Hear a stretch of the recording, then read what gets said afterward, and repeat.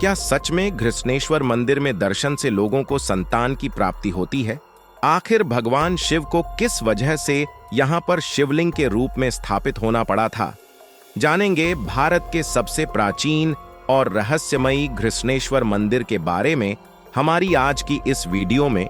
घृष्णेश्वर मंदिर को भारत में मौजूद 12 ज्योतिर्लिंग में से एक माना जाता है।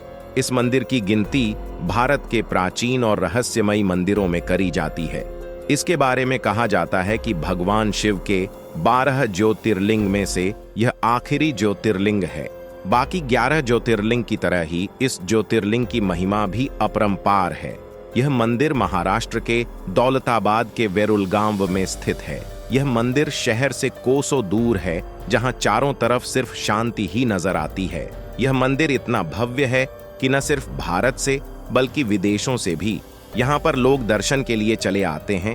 तो चलिए आपको इस मंदिर से जुड़ी खास पौराणिक कथा के बारे में बताते हैं।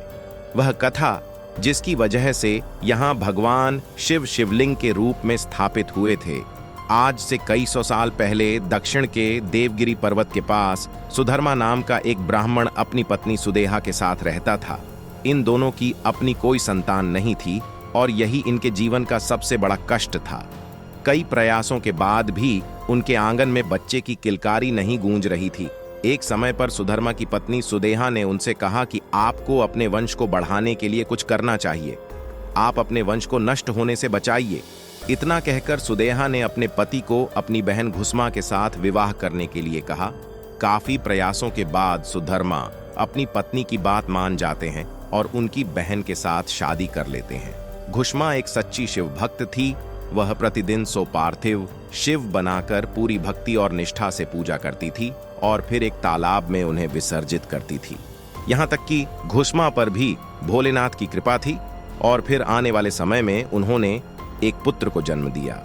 सुधर्मा को अब एक संतान का सुख मिल चुका था, लेकिन जहां एक तरफ इस बच्चे से परिवार में हर कोई खुश था, तो वहीं दूसरी तरफ सुधर्मा की पत्नी सुदेहा को अपनी बहन को इस संतान से मिल रही खुशी रास नहीं आ रही थी। सुदेहा की आंखों में अपनी बहन का यह पुत्र खटकने लगा था और फिर वही होता है जिसका डर था। सुदेहा ने एक रात्रि के समय में अपनी बहन के इस पुत्र की हत्या कर दी और उसके शव को तालाब में जाकर फेंक दिया।